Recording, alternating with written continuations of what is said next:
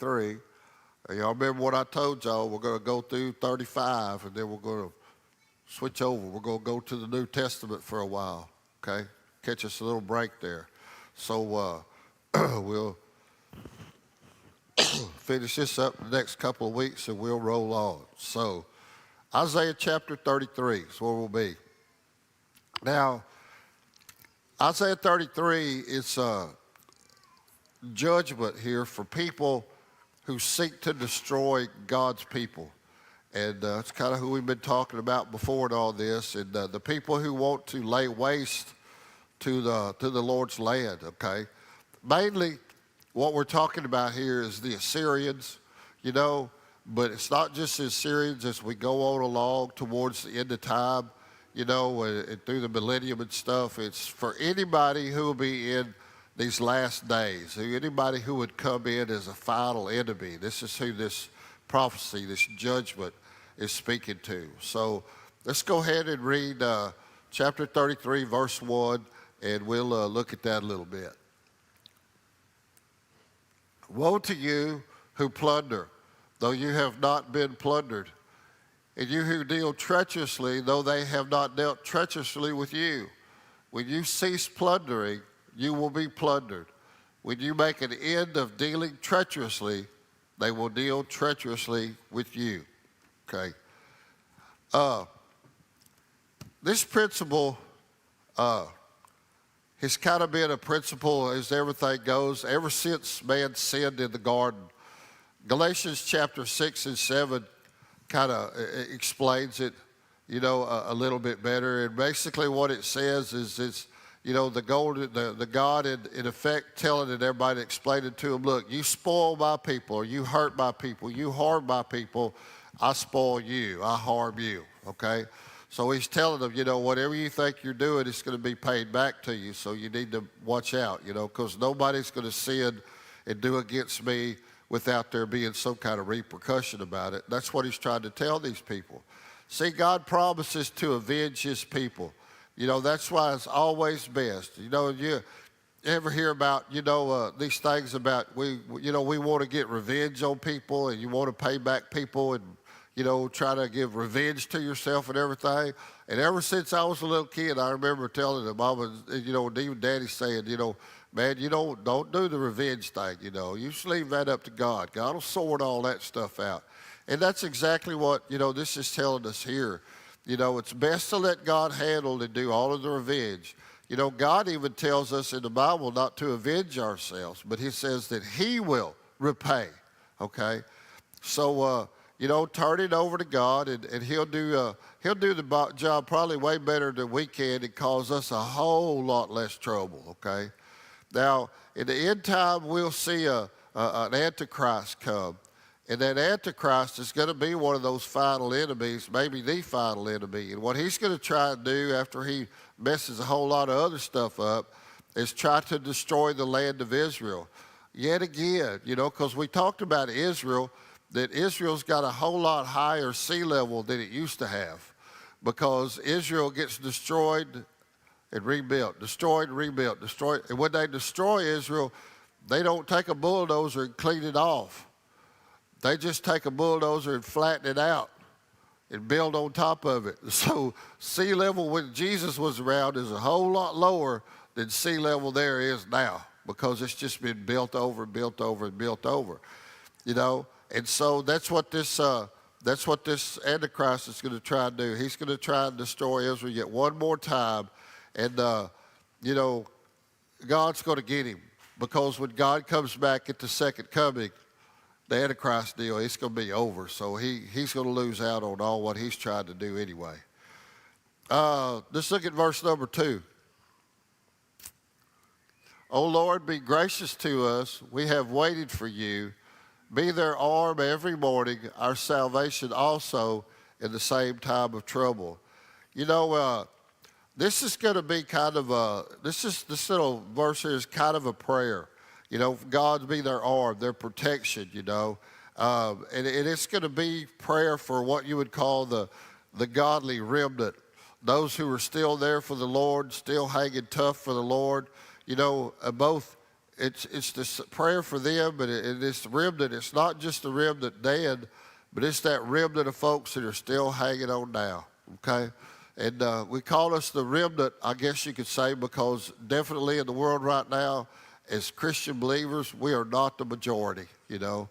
And so we're just hanging on, knowing that the Lord's going to come, and when he does, he's going to take care of us all right? Now, verse 3 through verse 6. At the noise of the tumult, the people shall flee. When you lift yourself up, the nations shall be scattered.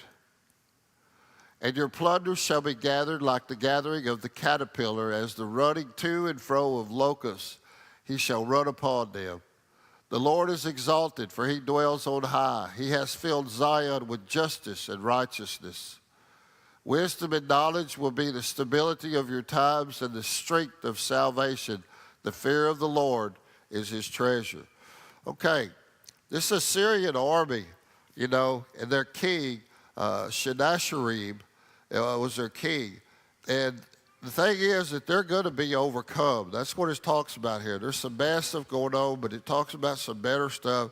And that, you know, that these guys are going to be taken over, you know.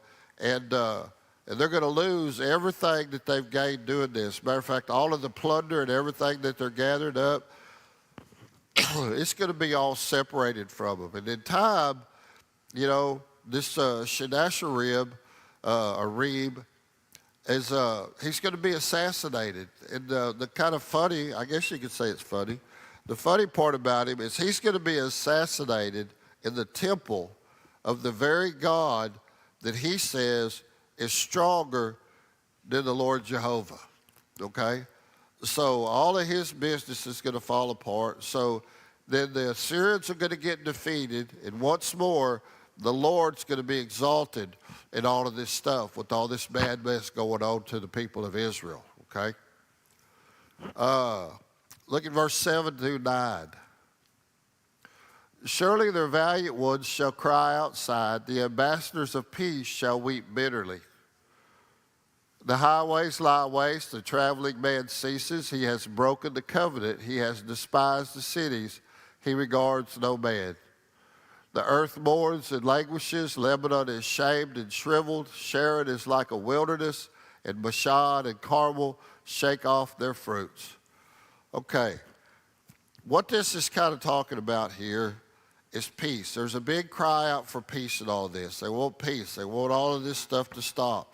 And there's a big cry out for that, just like there always is. I mean, I know back in the, what was it, in the 50s or the 60s, we always heard all this stuff was these peace talks and things. World War I and World War II, there was always these big peace talks. And then on up into the 70s and into the early 80s, these people were traveling all around to do these peace talks, you know. And the reality of it, the only time they talk about peace is when we're at war, okay?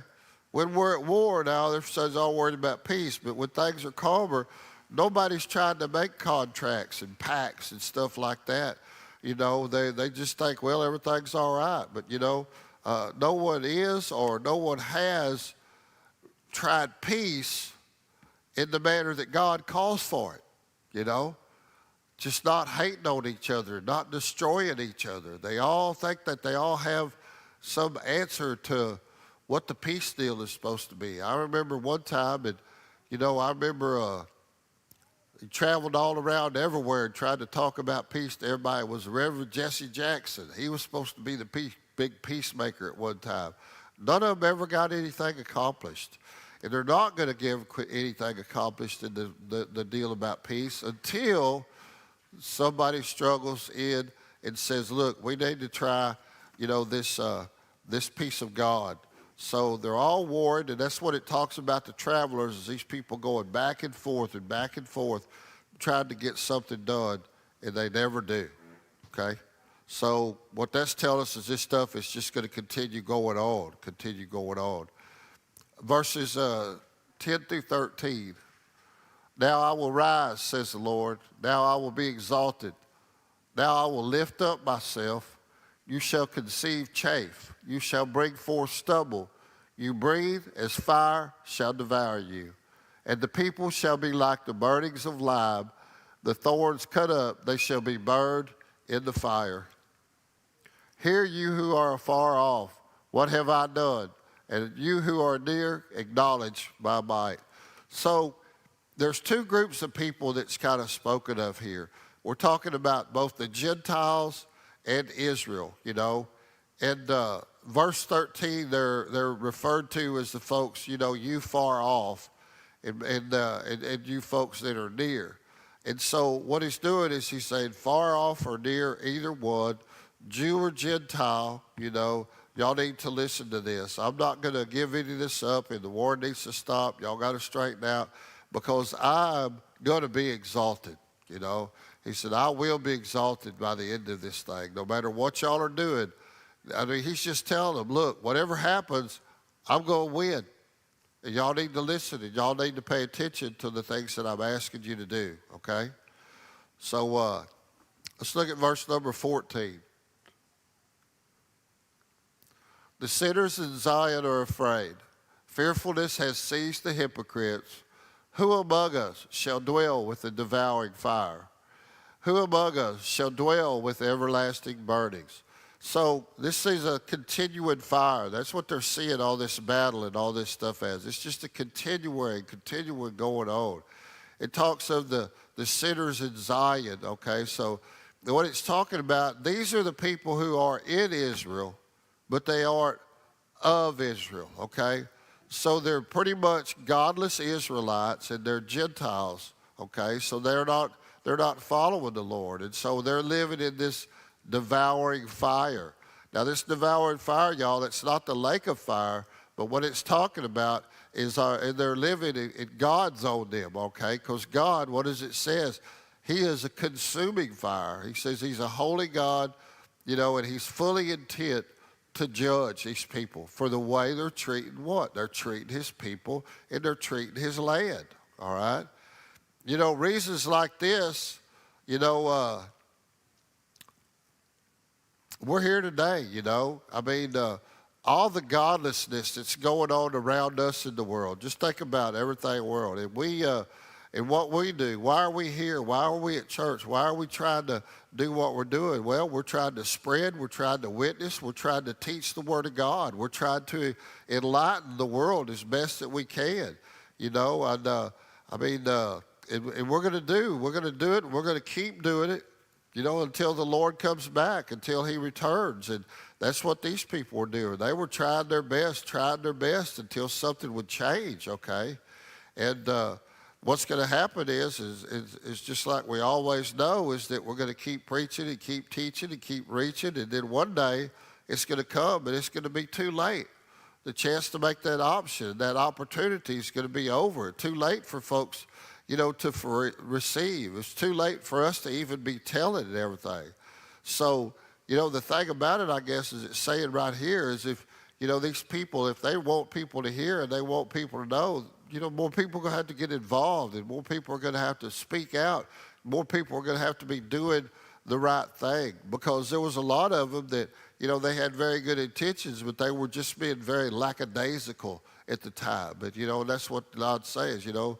And I think it's the same thing that he tells us today, that today is not the time to be lackadaisical about the Lord Jesus Christ. We need to be moving and doing and be movers and shakers, okay? Verse 15 through 19. He who walks righteously and speaks uprightly, he who despises the gain of oppressions, who gestures with his hands, refusing bribes, who stops his ears from hearing the bloodshed and shuts his eyes from seeing evil. He will dwell on high. His place of defense will be the fortress of rocks. Bread will be given to him. His water will be sure. Your eyes will see the king and his beauty. They will see the land that is very far off. Your heart will meditate on terror. Where is the scribe? Where is he who weighs? Where is he who counts the towers? You will not see a fierce people, a people of obscure speech beyond perception, of stammering tongue that you cannot understand. Okay, here we're shifting gears to this is kind of a praise of God here in the first start of this, you know, and It's God in his final deliverance, you know. Babylon has, you know, always boasted of the Euphrates River. Assyria boasts of the Tigris. Egypt boasts of the Nile. But see, Jerusalem doesn't have a water deal. They're landlocked. So there's no river, there's no harbor. But, you know, he keeps talking about all this profitable. Things are going to get better. Things are going to get better. Well, how are they going to get better? Well, I'm going to tell you, we're going to look real quick at the prophet Zechariah. And what Zechariah tells them is it tells Israel that they will get a harbor during the millennium. So look at Zechariah 14, verses 4 through 8.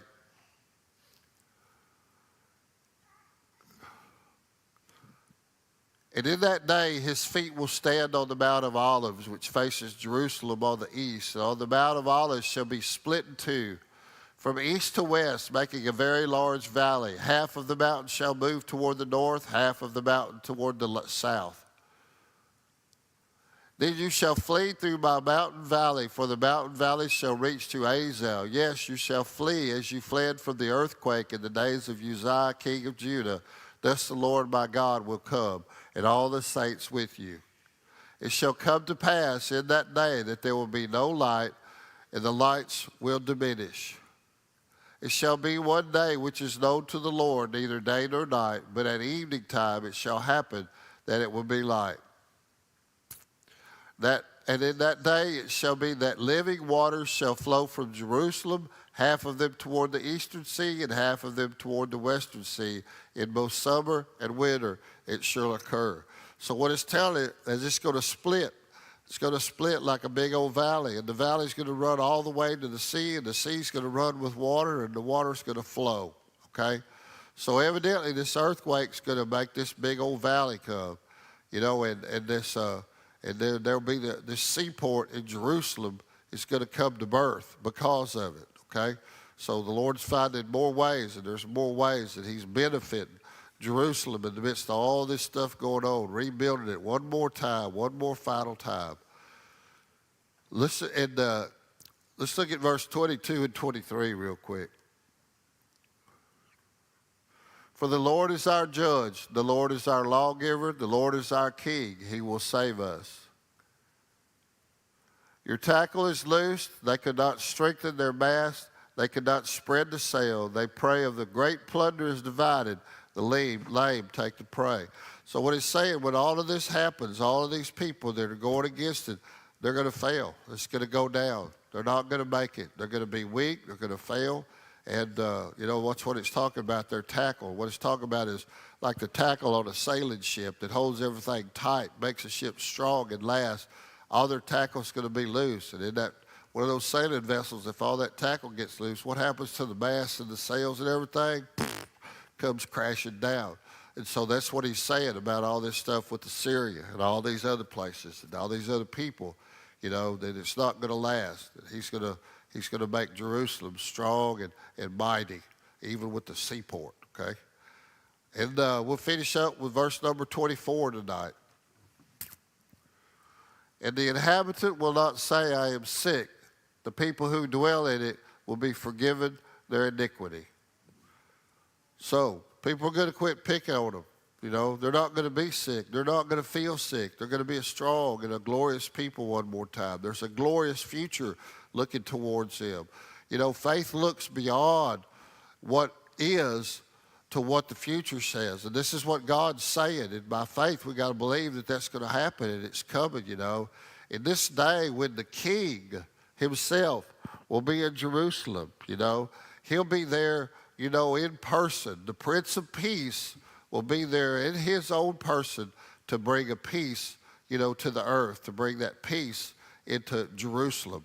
So this chapter 33 it's just been a prophecy of warning to these people. It's about the finality of all of this stuff that's been going on, all this stuff that's happening to Israel, even though they're sure there's more of it coming, you know, that it's coming that day, and he's going to put a stop to it. He's going to put an end to it. And Jerusalem will be probably like a far better place than it's ever been before because the Lord's going to take care of them, okay?